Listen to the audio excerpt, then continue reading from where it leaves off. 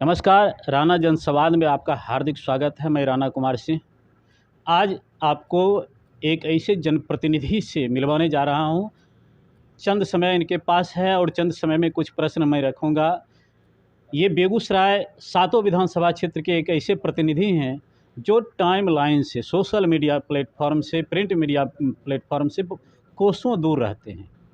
लेकिन अगर कहा जाए तो जनता के बीच और काम में ये पूर्ण विश्वास रखते हैं।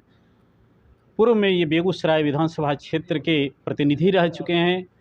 मेरा जन्मस्थल भी, मेरा मूल निवास भी बेगूसराय विधानसभा क्षेत्र में है। मैं इनको जानता हूं, इसलिए मैं दावे के साथ बोलता हूं। आज इनसे कुछ बिंदुओं पर बात करने के लिए आए हैं। सबसे पहले सर, हमारे चैनल में आपका हार्दिक स्वागत है। बहुत बहुत धन्यवाद सर, आज हमारे चैनल से जो बेगूसराय की जनता आपको देख रही है, वो कई स्तर से सोचते हैं कि बेगूसराय की ज़िला की राजनीति को छोड़कर सुरेंद्र मेहता एक तरफ बछवाड़ा की राजनीति में चले गए हैं। कई विकास कार्य हो, सामाजिकता की निगाह हो, आप अक्सर उस क्षेत्र जाते थे तो जहाँ कहीं भी खेत खलिहान हो, सड़क हो, पगडंडी हो, कहीं भी रुक करके आप मजदूर हो, किसान हो, किसी से भी मिलते थे, उसके दुख दर्द को समझते थे। सर, आज वो एक भरोसे की निगाह से आपको देख रही है। इसके लिए उस क्षेत्र की जनता को आप क्या कहेंगे? मैं वहाँ से वर्तमान पर आऊँगा सर। देखिए, पहले हम बेगूसराय के विधायक हुए और बेगूसराय में हमने प्रतिदिन, उसको कहिए, हम विधायक बनने के बाद भी 10 दिन में एक दिन कमेटी की बैठक में पटना जाते थे। उसके बाद परमानेंट अपने क्षेत्र में लगे रहते थे। आम आवाम की बात को सुनना, गरीब गुरबा की आवाज़ को उठाना और क्षेत्र की जनता की समस्याओं को सुन करके और उसके निदान के लिए प्रयास करना, और जो यहाँ से नहीं होने वाला था, जो पटना से होने वाला था, पटना में प्रयास करना। तो ये फितरत हमारा रहा है और हमारा पुरानी आदत है, हमको कहिए, कि हम गरीब गुरबा क्षेत्र जनता को सबसे ज़्यादा प्राथमिकता पहले देते हैं। इसलिए हमारी प्राथमिकता क्षेत्र है, प्राथमिकता हमारी जनता है। और हम आज भी, जब हम बछवाड़ा के विधायक हुए, तब भी हमारा रोज़ का काम है कि क्षेत्र में निकलना और रोज़ बरोज़ किसी न किसी गांव में, किसी न किसी पंचायत में और किसी न किसी टोला में रोज़ रहना, उसकी बात को सुनना, उसकी जानकारी लेना और जनता जिसके लिए, जिस उद्देश्य के साथ हमको यहाँ अपना वोट दे करके जिताई, उसके लिए हम हमेशा अपने आप को उपलब्ध समझते हैं, उपलब्ध रहते हैं। और हमने तमाम लोगों को कह भी दिया कि आपको जब कभी भी एमएलए की ज़रूरत पड़े, और हम एमएलए की हैसियत से नहीं, हम उसके सेवक की हैसियत से वहाँ जाते हैं और कहते हैं जब कभी भी सेवक की ज़रूरत पड़े, आप हमारे मोबाइल पर रिंग कर दीजिए और ये सेवक आपके दरवाज़ा पर हाज़िरी देने का काम करेगा, हम देते हैं। सर, अक्सर देखा जाता है कि कोई जब बड़े प्रतिनिधि बन जाते हैं, उनके लिए कार्यालय बन जाता है, व्यवस्था हो जाती है बैठने की, बैठाने की। और मैं जब भी आपके घर पर आता हूँ, एक साधारण सा गमछी, लुंगी पहनकर, गंजी पहनकर, और एक जो कुर्सी, प्लास्टिक की कुर्सी जनता के लिए है, आप भी उसी पर बैठते हैं। ये विचार आज के जनप्रतिनिधि में जो है और आप में बहुत अंतर पैदा कर रही है। ये विचार, इस विचार के बारे में सर बताइए।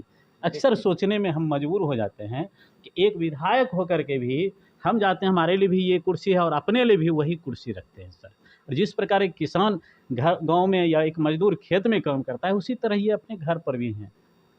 देखिए, जनतंत्र है और जनतंत्र में जनप्रतिनिधि के लिए जनता उसका मालिक होता है। जो उसको ऊंचाई मिलता है, जो जिस कुर्सी पर वो जाता है, वो जनता के बदौलत ही मिलता है। इसलिए कोई भी जनप्रतिनिधि हो, चाहे मुखिया हो, पंचायत समिति प्रमुख, जिला परिषद, एमएलए, एमपी, सबकी जिम्मेदारी बनती है कि हम जनता के सामने उसी रूप में रहे जिस रूप में जनता को पसंद। इसलिए जनता के बीच में कभी भी अपने को एमएलए बन के नहीं पेश होना चाहिए। उसको एक उसका जनता का सेवक बन के पेश होना चाहिए। और इसीलिए इस जनतंत्र में जनता इसीलिए उसको अपना मत दे करके अपना वो जनप्रतिनिधि चुनता है कि हमारा जनप्रतिनिधि हमेशा हमारे सामने रहे, हमारी बात को सुने, हमारी आवाज़ बन के उभरे और हमारे समस्याओं को सुन करके देख करके उसके निदान के लिए वो प्रयास करे। जनता की भी यही समझ है कि हमारा जनप्रतिनिधि हमारे समक्ष रहे। अब आते हैं सर वर्तमान पर। आप महीना दिन पहले इस सरकार में थे सर, और अभी विपक्ष में हैं। सर, सरकार में रहने के बाद बिहार की स्थिति और विपक्ष में आने के बाद बिहार की स्थिति और बेगूसराय की स्थिति में कुछ अंतर सर दिख रहे हैं। देखिए, भारतीय जनता पार्टी, हम भारतीय जनता पार्टी के कार्यकर्ता की हैसियत से भारतीय जनता पार्टी की स्पष्ट समझ है कि हम सत्ता में रहें तब भी और सत्ता से बाहर रहें तब भी हमारा एक समान व्यवहार होना चाहिए। और जब सत्ता में थे, सरकार में थे, तो हम सरकार की हैसियत से जनता के बीच जाते थे, और आज जब सरकार में नहीं हैं तो हम विपक्ष की हैसियत से जनता के बीच में जनता के सवालों को लेकर के हम जा रहे हैं। इसलिए ये तय है कि हम विपक्ष में भी हैं तब भी जनता की आवाज़ को उठा रहे हैं, तब जनता की समस्याओं को लेकर के संघर्ष में हैं, और सत्ता में थे तब भी हम काम करते थे। कहीं ऐसा तो नहीं है सर कि अब सरकार में थे, सरकार के विधायक थे और अक्सर जनता की समस्या को लेकर सरकार को ही घेरने का प्रयास करते रहते थे? आप ही नहीं, आपके पार्टी के और विधायक। कहीं यही तो कारण नहीं है पार्टी टूटने का? देखिए, ऐसी कोई बात नहीं। जब हम सरकार में थे तो स्पष्ट है इस जनतंत्र में कि विपक्ष भी सरकार का एक अंग होता है। बिल्कुल। और हम जब सरकार में थे तब भी सरकार का ध्यान जनता की समस्या पर, जन समस्या पर आकृष्ट करते थे। हमारे विधायक ने भी यही करने का पिछले दिनों काम किया है, और आज जब नए हैं सरकार में तब भी वही काम कर रहे हैं कि हम अपनी जनता की समस्या को लेकर के जनता सरकार का ध्यान आकृष्ट कर रहे हैं, जनता आकृष्ट करेंगे भी, हम संघर्षरत रहेंगे। सर, कुछ लोगों का या कुछ लोगों की, बहुतों का कहना है कि हाल फिलहाल में जब भारतीय जनता पार्टी सरकार से अलग हुई है तब से बिहार में अपराध का ग्राफ बढ़ा है। इस पर आपका क्या कहना है?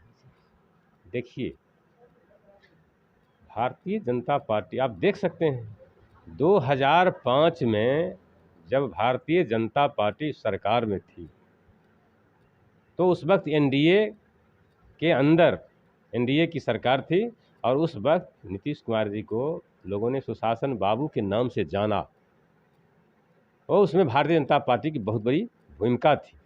और जब भारतीय जनता पार्टी उनसे अलग उन्होंने नाता तोड़ दिया, अलग गठबंधन बनाए, फिर भी स्थिति वही बनी, ढाक के 3 पात। स्थिति काफ़ी, कानून व्यवस्था, लॉ एंड ऑर्डर सब समाप्त हुआ। जो देखने की चीज़ है, ये हम ऐसी बात नहीं है कि हम इसको कह रहे हैं, ये देखने की चीज़ है कि जब कभी भी वो अलग हुए तो स्थिति वहीं वहीं चली गई। और आज भी देख लीजिए, आज भी भारतीय जनता पार्टी उनके गठबंधन से अलग हुआ है, नीतीश जी राजद के गठबंधन में गए हैं। तो आप देख लीजिए, क्या ये सच नहीं है कि ये कल के तारीख में देख लीजिए, एक कार्तिकेय जी मंत्रिमंडल से उनको इस्तीफा देना पड़ा, नीतीश जी उनसे इस्तीफा लिए हैं। और जो समाज विरोधी ताकत है, और उस समाज विरोधी ताकत से जब विधायक का, सांसद का जब अटैचमेंट होता है, उससे उसका अपराधी को जब संरक्षण मिलता है तो वहीं से कानून व्यवस्था टूटता है, और टूट रहा है। देख लीजिए क्या हो रहा है। जुम्मा 8 दिन भी नहीं हुआ, पूरे बिहार के अंदर अपराधी बेखौफ घटना को अंजाम दे रहा है। और देख लीजिए, एक सरपंच, जिसके सरपंच के घर पे हमला करके उसके बेटे को मार दिया, 2 बेटे को गोली मार दिया, अपने तई तो मार दिया, एक बच्चा बच गया है, वो लड़का आईसीयू में भर्ती है, एक बेटा उसका मारा गया, सरपंच पर हमला हुआ। तो इस तरह से अपराधी, लगता है तमाम अपराधी समझ रहा है कि अब जो सरकार आई है वो हमारी सरकार होगी। अपराधी का सीधा समझ है कि ये सरकार हमारी सरकार है, और अपराधी बेखौफ हो चुका है। और ये जंगल राज, उसको कहिए 3 जंगल राज आ गया, और लाख चाहने के बावजूद भी नीतीश कुमार जी इसको संभाल नहीं पा रहे हैं। हम नीतीश कुमार जी से कहना चाहेंगे कि नीतीश कुमार जी मेहनत कीजिए और बिहार के अंदर लॉ एंड ऑर्डर को संभालिए। चारों तरफ अराजक की स्थिति है और इस जंगल राज से आप मुक्ति पाइए। हम प्रतिशत आबादी बाढ़ से पीड़ित है। कल परसों जो है आपके सांसद महोदय, केंद्रीय मंत्री भी बिहार बेगूसराय में थे और क्षेत्र दौरा कर रहे थे। सर आप लोग ने भी परसों किया था बछवाड़ा में। प्रभारी मंत्री भी बेगूसराय में थे। सर लोग एक आशा की निगाह से देख रहे हैं कि, लेकिन अभी तक उसके पास न भोजन की सामग्री पहुंची है न अन्य सहायता। सर इस पर आप क्या कहते हैं? आप इसके साक्षी हैं। अगले दफ़े जो बाढ़ आया वो बाढ़ 2016 को भी दाब दिया था। बिल्कुल। और बाढ़ के समय में एनडीए की सरकार थी और एनडीए की सरकार ने उस वक्त इतना व्यवस्था किया जिस पर जनता चर्चा कर रही है। सब लोग कह रहे हैं कि काफ़ी मेहनत किया एनडीए की सरकार ने, इतना मेहनत किया कि किसी को शिकायत करने का मौका नहीं दिया। बड़े पैमाने पर भोजन की व्यवस्था, पशु चारा की व्यवस्था, दवा की व्यवस्था और तमाम लोगों को वो जो उसका क्षति हुआ किसानों को उस क्षति का मुआवजा देना बड़े पैमाने पर एनडीए सरकार में हुआ। और आज तो देख रहे हैं कि 3 दिन 4 दिन हो गया, कहीं कोई व्यवस्था नहीं है, खाने पीने की व्यवस्था नहीं, पशु चारा की व्यवस्था नहीं। लोग बेवजह चारों तरफ टहल रहे हैं, घूम रहे हैं, बिलबिला रहे हैं, कोई इसको देखने वाला नहीं है। इसका एकमात्र कारण है एनडीए सरकार और आज की सरकार में यही अंतर है। अंतिम प्रश्न मेरा सर है और कुछ लीक से हटकर है। ये हाल फिलहाल में एक बयान विवाद में आया है। सर आप जिस क्षेत्र से विधायक हैं उसी क्षेत्र से वामपंथ के एक नेता जो आपके प्रतिद्वंदी भी रहे, अवधेश राय जी, जिन्होंने नावकोठी एस्टेट पर कुछ विवादित बयान दिया है सर, कि उस घर के लोग वहाँ के महिलाओं पर अत्याचार करते थे। इस तरह का कुछ बयान है सर, इस पर आप क्या कहना चाहते हैं? देखिए, जहाँ तक अवधेश राय जी का सवाल है, हम तो यही कहना चाहेंगे कि कुछ ऐसा बयान नहीं हो जो समाज को नुकसान कर दे, समाज को घाटा दे। और समय परिस्थिति जो है वो वामपंथ के कब्जे से बाहर हो गया। अब उसके अनुकूल वातावरण नहीं है और जब वातावरण नहीं है तो उसके नेता, वामपंथ के नेता झल्लाते हैं, प्रतिक्रिया में कुछ बोल देते हैं। और समय परिस्थिति को जिसने नहीं जाना वो भी जनप्रतिनिधि रहे हैं, हम भी जनप्रतिनिधि रहे हैं। आप देख लीजिए बेगूसराय को, बेगूसराय में हमारे भारतीय जनता पार्टी के 2 सांसद हैं, जिसमें से एक हमारे मंत्री हैं जी। और यहाँ के सांसद जो हमारे केंद्रीय मंत्री हैं, आप लोग खुद जानते हैं कि हर 10 दिन में 15 दिन में एक केंद्रीय मंत्री बेगूसराय में आ करके गरीब गुरबा से मिलना, अपने कार्यकर्ता से मिलना, अपने जनता से मिलना और मिल करके समस्याओं के निदान में अपना सहभागिता देना, इस तरह से हमारे सांसद केंद्रीय मंत्री गिरिराज सिंह का है। और फिर देखिए, हमारे सांसद हैं तो पूरे देश के सांसद हैं राकेश सिन्हा जी, लेकिन उनका भी आगमन बेगूसराय में होता है। कहीं ये प्लान तो आप लोग नहीं सेट करते हैं कि एक जाओ दूसरे जनता के बीच बने रहो, जो एक रिलेशन बना रहे? अगर ये समझ भारतीय जनता पार्टी का है, हम लोगों का है, ये अच्छी बात है। बिल्कुल कि हमको जनता के बीच में जाने के लिए ये मौका मिले, हम लोग सेट करें कि जनता के बीच में चलिए। बहुत हम लोग के लिए गौरव की बात है, खुशी की बात है कि हमारे सांसद बराबर आ रहे हैं और जनता को सुन रहे हैं। और हम काफ़ी गौरवान्वित महसूस कर रहे हैं कि बेगूसराय के इतिहास में ये पहली घटना है कि एक केंद्रीय मंत्री हर 10 दिन 15 दिन पर क्षेत्र में चला आना, कार्यकर्ता के साथ जाना, हर कार्यक्रम में उपस्थित होना, हर कार्यक्रम में जाना, यहाँ जिला प्रशासन के साथ बैठ करके मॉनिटरिंग करना।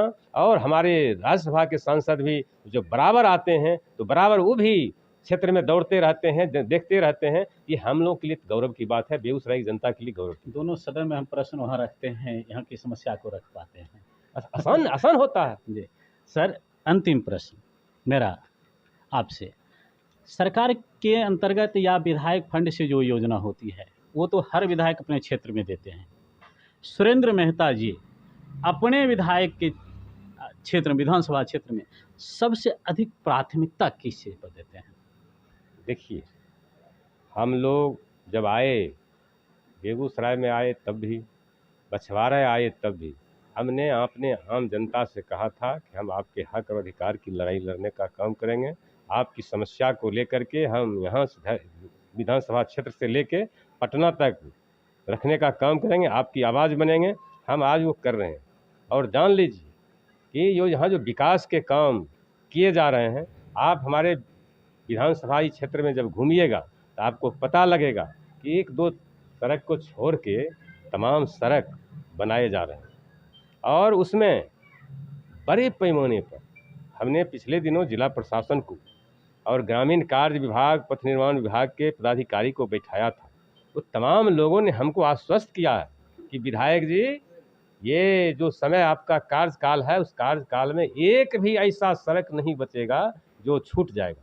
हम आपके सभी सड़कों को बनाने का काम करेंगे। और वो सब लोग लगे हुए हैं। हम यहाँ के जो ग्रामीण कार्य विभाग के जेई हैं, उसके एक्जीक्यूटिव हैं, और पथ निर्माण विभाग के जो पदाधिकारी हैं, सब लोग लगे हुए हैं।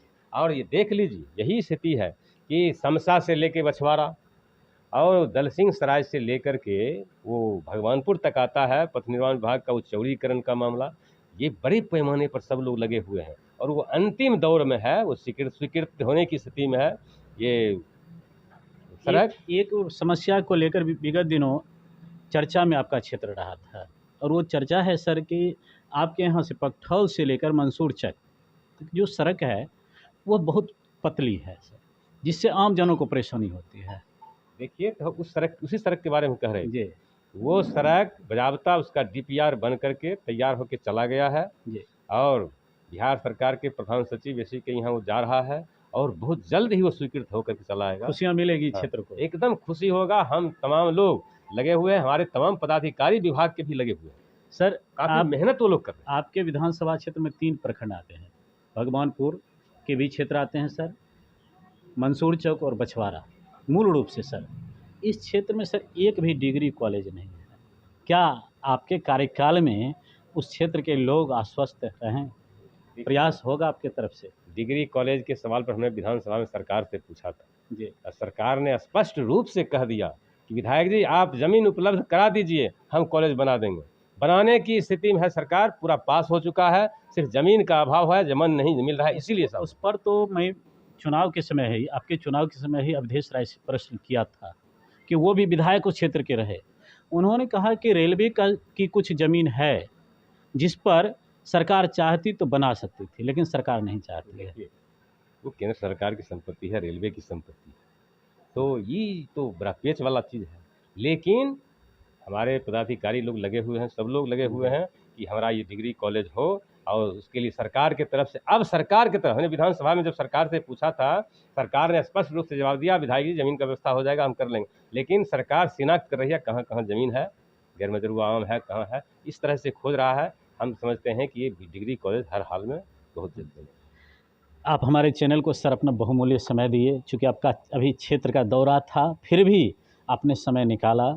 हम अपने तमाम दर्शकों की ओर से, अपनी ओर से आपको सर बहुत आभार व्यक्त करते हैं। बहुत बहुत धन्यवाद।